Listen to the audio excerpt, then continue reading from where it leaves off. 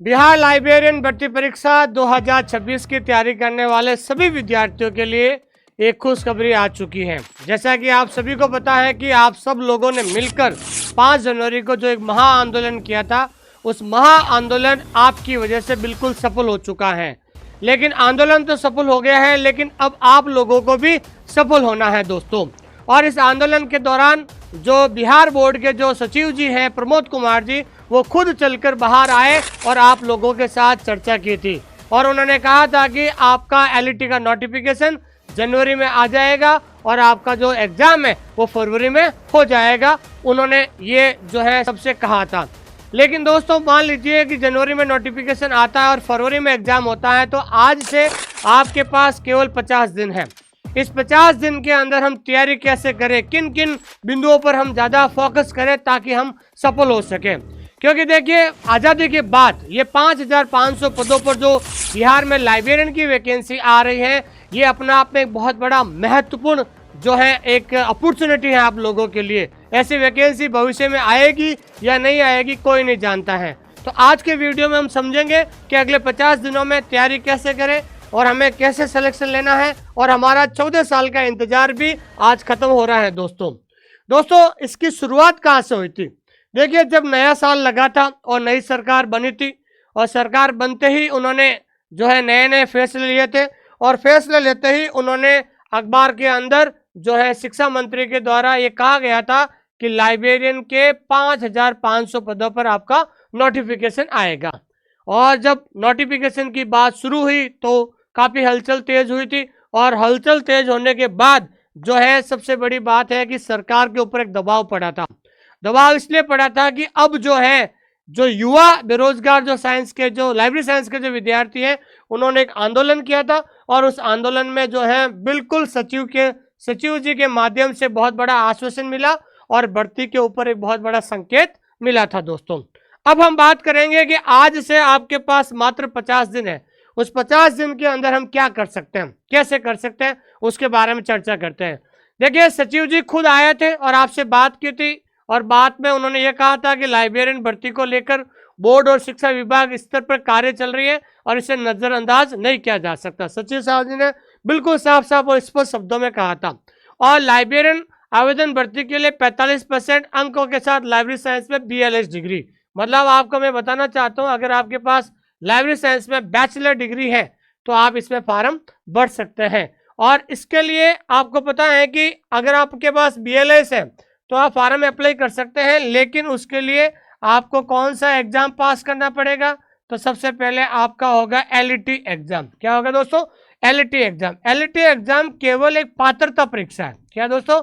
पात्रता परीक्षा है। जब आप पात्रता परीक्षा में पास हो जाओगे, उसके बाद आपको जो है मेन एग्जाम में जो है एलिजिबल हो जाएंगे दोस्तों। फिर हम बात करते हैं, यहाँ पर सबसे महत्वपूर्ण बात होता है कि बहुत सारे विद्यार्थी कहते हैं कि सर LET एग्जाम का सिलेबस क्या रहेगा। देखिए, LET एग्जाम का जो सिलेबस रहेगा मैं आपको बताना चाहता हूँ कि इसमें सबसे पहले तो ध्यान रखना है 100 क्वेश्चन यानी 100 क्वेश्चन जो होंगे वो होंगे आपके लाइब्रेरी साइंस के। तो लाइब्रेरी साइंस के अंदर 5 यूनिट होती है, उनमें से 100 क्वेश्चन बनेंगे, जबकि आपके 50 जो क्वेश्चन है वो होंगे आपके GK GS के। ठीक है ना, GK GS के। ठीक है, तो टोटल आपके कितने होंगे? 150 क्वेश्चन होंगे। और ये इसमें ध्यान रखना है नो नेगेटिव मार्किंग, और इसमें आपके नेगेटिव मार्किंग नहीं होगी, ध्यान रखना। और 150 में से आपको केवल क्वालिफाई करने के लिए अलग अलग कैटेगरी के हिसाब से आपको नंबर लाने हैं, उस हिसाब से आप जो है इसमें एलिजिबल हो जाएंगे। तो जब आप LET एग्जाम में एलिजिबल होंगे, उसके बाद BPSC के एग्जाम के अंदर आप बैठ पाओगे। अब हम सबसे महत्वपूर्ण बात करते हैं यहाँ पर। देखिए दोस्तों, अब यहाँ से आपका जो है क्या कह सकते हैं कि यहाँ से आपका जो क्या कह सकते हैं एक जो है संघर्ष यहाँ से शुरू होता है। संघर्ष में सबसे पहले चीज है कि बिहार लाइब्रेरियन LET की तैयारी कैसे करें 50 दिनों में। सबसे पहले समझने की कोशिश कीजिए कि हमारा फोकस ये रहेगा कि LET में सिलेक्शन लेना। LET में सिलेक्शन लेने का मतलब होता है LET एग्जाम पास करना।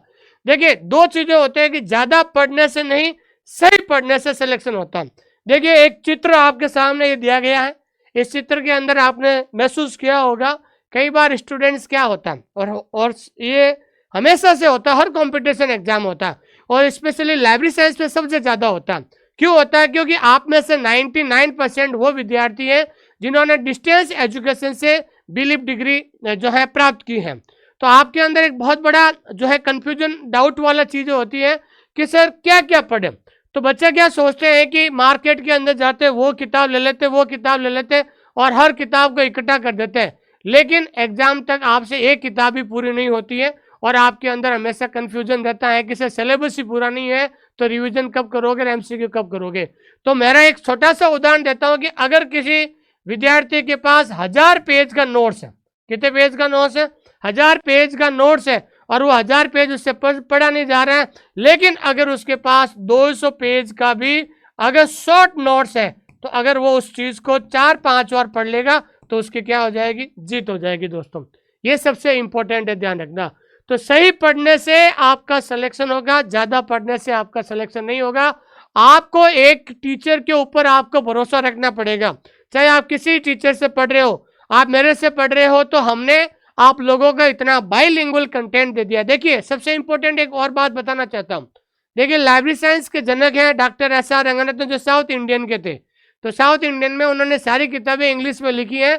तो लाइब्रेरी साइंस के अंदर कुछ ऐसे अंग्रेजी में जो है टर्मोलॉजी होती है, इसलिए आपको कम से कम क्वेश्चन एंड ऑप्शन, आप अभी से ध्यान रखना, क्वेश्चन एंड ऑप्शन कम से कम आपको बाइलिंगुअल प्रैक्टिस करोगे तब ही आपका सिलेक्शन हो पाएगा, तभी आप एग्जाम में सही तरीके से कर पाओगे।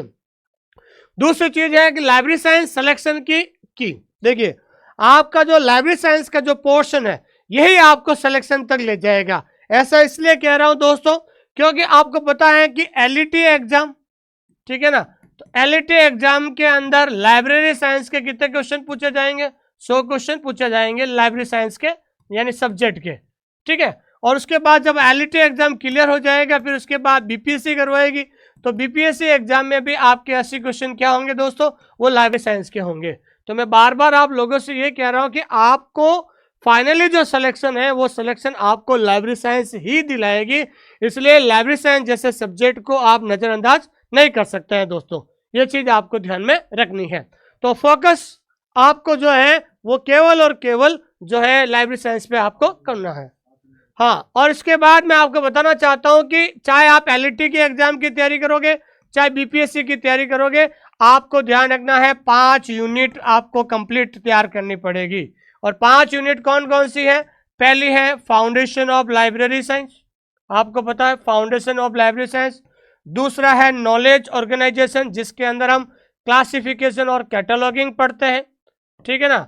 और तीसरी चीज है अपने पास जो है reference and information source, reference संदर्भ और सूचना स्रोत, ठीक है। और चौथी चीज है आपका लाइब्रेरी मैनेजमेंट, यानी पुस्तकालय प्रबंधन हम कह सकते हैं। और पांचवी चीज होती है बेसिक कंप्यूटर। आपको इन 5 यूनिट को इतने अच्छी तरीके से करना है ताकि एलईटी भी एग्जाम क्लियर हो जाए और आपको बीपीएससी भी क्लियर हो जाए, ठीक है। उसके बाद हम बात करते हैं जीके रीजनिंग को हल्के मत लेना। मैं बिल्कुल बार बार ये कह रहा हूं कि आपके 50 सवाल, देखिए सबसे इंपॉर्टेंट बात क्या है, देखिए 50 सवाल आपका जो होंगे वो होंगे आपके एलईटी एग्जाम के अंदर, ठीक है, और 40 क्वेश्चन होंगे वो आपके बीपीएससी एग्जाम के अंदर, ठीक है ना। तो अपन ये कह सकते हैं कि और जीके रीजनिंग को अपन हल्के में नहीं ले सकते। मैं आपको इतना ही विश्वास दिलाता हूं, जैसे ही आपका सिलेबस आएगा उसके बाद आपके जीके और रीजनिंग के भी हम लाइव क्लास शुरू कर देंगे, क्योंकि अभी हम लाइव क्लास शुरू करेंगे अपन को ना आपको पता ना मुझे पता है कि रीजनिंग के कौन कौन से टॉपिक सिलेबस में है या जीके जीएस के अंदर कौन कौन से टॉपिक सिलेबस में है। इसलिए मैं आपको इतना ही बार बार कह रहा हूं कि अभी फोकस केवल लाइब्रेरी साइंस पे करें और जैसे ही नोटिफिकेशन आएगा हम इनकी भी क्लास शुरू कर देंगे दोस्तों। फिर उसके बाद है एमसीक्यू ही आपकी असली तैयारी है दोस्तों। बहुत सारे विद्यार्थी पढ़ रहे हैं, तो आप में से जो है 90% विद्यार्थी पढ़ रहे हैं, लेकिन अंत में उसी का सिलेक्शन होता है। अंत में एग्जाम से पहले एक विद्यार्थी के अंदर जो एक आत्मविश्वास बढ़ता है वो बढ़ता है एमसीक्यू की प्रैक्टिस, यानी ऑब्जेक्टिव तैयारी की। क्योंकि आपका एलईटी एग्जाम, जो आपका एलईटी एग्जाम है ना, सबसे बड़ी बात है कि एलईटी एग्जाम आपका क्या होगा? ऑनलाइन होगा, यानी सीबीटी बेस्ड। कंप्यूटर पे आपका ऑनलाइन एग्जाम होगा, लेकिन वो एग्जाम क्या होगा, एमसीक्यू बेस्ड होगा, ऑब्जेक्टिव बेस्ड होगा। तो एमसीक्यू में ही आपको क्या करना है कि सबसे बड़ी बात है कि आप एमसीक्यू पढ़ रहे हो लेकिन एमसीक्यू नहीं कर रहे हो तो तैयारी अधूरी है दोस्तों। आप नोट्स पढ़ रहे हो लेकिन लगातार आप नोट्स पढ़ रहे हो, लेकिन आपको कैसे पता चलेगा कि इस टॉपिक में से सवाल कैसे बनते हैं? तो जब तक आपको टॉपिक वाइज कॉन्सेप्ट क्लियर नहीं होगा, टॉपिक वाइज एमसीक्यू सॉल्व नहीं करोगे, तब तक आपको हमेशा कंफ्यूजन रहेगा। एक आप नोट्स पढ़ रहे हो, उसके बाद आप उसी नोट्स से 50-60 क्वेश्चन हर टॉपिक के अगर आप सॉल्व कर देते हो तो आपके अंदर एक कॉन्फिडेंस आता है कि ये टॉपिक मेरा क्या हो गया, तैयार हो गया है। उसके बाद जब आप दूसरा टॉपिक पढ़ते हो, उसमें सवाल मिलाते हो तो 8-10 सवाल गलत हो जाते हैं, आपको लगता है ये टॉपिक मेरा कमजोर है, तो कमजोर होगा तो फिर उस टॉपिक को आप वापस फिर से पढ़ने की जरूरत है। फिर उसके बाद और आप सबके लिए ध्यान रखना है कि हमने प्रैक्टिस के लिए 25 प्रैक्टिस सेट की जो किताब निकाली है, ये किताब बिहार के अंदर आपको बिहार के अंदर हर दुकान पर आपको ये उपलब्ध हो जाएगी। उसके बाद हम बात करते हैं कि 50 दिन में क्या छोड़ना है। ये सबसे महत्वपूर्ण जो है पॉइंट है मेरे हिसाब से। कई बार विद्यार्थी सोचता है कि सर क्या पढ़े क्या छोड़े। देखिए सबसे इंपॉर्टेंट बात है कि जैसे ही नोटिफिकेशन आएगा विद्यार्थी मार्केट के अंदर जाएगा, बाजार के अंदर जाएगा, क्योंकि नोटिफिकेशन के बाद आपके पास मुश्किल से 25-30 दिन रहेंगे। वो मार्केट के अंदर जाएगा, अलग अलग किताब लेके जाएगा। 4 लोगों से पूछेंगे तो 4 लोग अलग अलग राय देंगे, उसकी किताब लाओ, वो लाओ, वो लाओ, सारी चीजें। तो पहले तो बात बताना चाहता हूँ कि नई नई किताबें लाने से अच्छा है कि आपको किसी एक टीचर पर आपको विश्वास करना पड़ेगा। मेरे अलावा और भी बहुत सारे टीचर जो है इस यूट्यूब पर पढ़ाते हैं, लेकिन पहले आप हर टीचर की क्लासेस देखिए, जिसका अच्छा लगता है आप उनके साथ जुड़ जाइए, ठीक है। दूसरा होता है हर यूट्यूब वाली वीडियो। कई बार विद्यार्थी क्या करता है कि सारा दिन यूट्यूब पर बैठा रहता है, ठीक है ना, कभी उस यूट्यूब पर वीडियो पर चला गया, कभी इस यूट्यूब पर चला गया। इससे ना तो आपका सिलेबस पूरा होगा, ना आपका रिवीजन होगा, और ना ही आपके अंदर कॉन्फिडेंस आएगा। जिस टीचर पर आपका भरोसा है उसके साथ जो है जुड़े, और पहले यह भी देखें जो टीचर आपको पढ़ा रहा है कि वो खुद क्या है, ठीक है ना दोस्तों। मेरा कहने का मतलब यह है पढ़े उनसे जो स्वयं चयनित है, ठीक है। तीसरी चीज होती है कि रैंडम नोट्स। बहुत सारे विद्यार्थी कहते हैं कि हमारे पास इतने अच्छे नोट्स है, उनके पास इतने अच्छे नोट्स है। देखिए नोट्स तो आपके हाथों के बनाए हुए ही काम आएंगे। जब तक आप अपने हाथों से नहीं लिखोगे तब तक आपको लाइब्रेरी साइंस समझ में नहीं आएगी, क्योंकि लाइब्रेरी साइंस एक टेक्निकल सब्जेक्ट है। कॉन्सेप्ट क्लियर होना बहुत ज़्यादा जरूरी है। किसी दूसरे के टीचर के या फिर किसी दूसरे के स्टूडेंट के अगर आप नोट्स लाओगे आपको इतना समझ में नहीं आएगा जितना आपने अपने हाथों से लिखा है। दोस्तों ये 3 बातें जो हैं आपको बहुत ज़्यादा ध्यान में रखनी है। उसके बाद हम बात करते हैं कि रिवीजन का सही तरीका क्या है। टाइम टेबल नहीं है। कई बार क्या होता है, स्टूडेंट क्या ऐसे ही पढ़ना शुरू होता है। एक तरीका होना चाहिए पढ़ने का, एक टाइम टेबल होना चाहिए, टाइम मैनेजमेंट होना चाहिए। तो सबसे बड़ी बात है, पहला नियम है कि जो भूले वही बार बार रिवाइज कीजिए। जैसे आप 1-2 बार पढ़ोगे, आपको लगता है कि ये टॉपिक मैं बार बार भूल रहा हूँ, इस टॉपिक में ये चीजें मैं बार बार भूल रहा हूँ, जो चीज बार बार भूल रहे हैं उसका बार बार रिवीजन करें। दोस्तों ऐसा नहीं हो कि आप रोज उस टॉपिक को वापस पढ़ रहे हैं। वापस पढ़ने से, पूरा टॉपिक पढ़ने से समय खराब होता है। इसलिए जो टॉपिक में कुछ ऐसे पॉइंट होंगे जो आपने अंडरलाइन किए हुए होंगे या इंपॉर्टेंट लगे होंगे, उसी चीज पे ज्यादा फोकस करें। दोस्तों दूसरा होता है कि जो वीक टॉपिक है, जो आपका कमजोर टॉपिक है, आपको लगता है कि मैनेजमेंट के अंदर ये टॉपिक मेरा कमजोर है, क्लासिफिकेशन में ये टॉपिक कमजोर है, कैटलॉगिंग में ये टॉपिक कमजोर है, जो कमजोर टॉपिक है उसको बार बार रिवाइज कीजिए।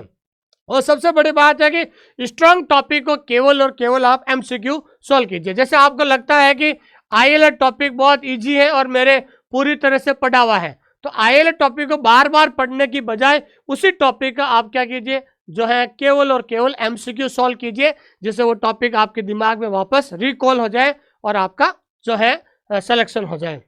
फिर उसके बाद हम बात करते हैं कि लास्ट में एग्जाम हॉल माइंडसेट। सबसे बड़ा फर्क यही पड़ता है।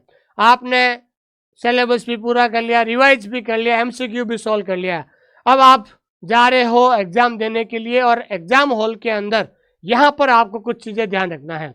देखिए सबसे पहले तो आपको बताना चाहता हूँ कि इजी, जो भी आपको लगता है कि आपने सवाल पढ़ा और सवाल पढ़ते ही आपको आंसर दिख गया है, तो जो क्वेश्चन इजी लग रहे हैं उन इजी क्वेश्चन को आप पहले क्या करें, सॉल्व करें।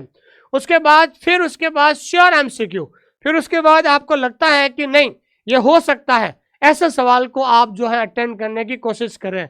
लेकिन गेस तभी जब एलिमिनेट हो, और हमेशा ध्यान रखना है कि आपको लगता है कि इनमें से ये सवाल सही हो सकता है तो उसी चीज पे आप एलिमिनेट करके लिखें। लेकिन हालांकि एलईटी एग्जाम के अंदर आपका नेगेटिव मार्किंग नहीं है, तो नेगेटिव मार्किंग नहीं है इसका मतलब ये थोड़ी है कि आप अपने मन से टिक लगा दोगे, नहीं। लेकिन आपको सवाल अच्छी तरीके से पढ़ने, ऑप्शन को अच्छी तरीके से पढ़ने, हिंदी इंग्लिश का जो है हिंदी और इंग्लिश दोनों भाषाओं पढ़ने, फिर आपको लगता है कि नहीं ये आंसर होना चाहिए, उसी आंसर पे आपको लगाना है टिक, और उसके बाद आपको एग्जाम देना है दोस्तों।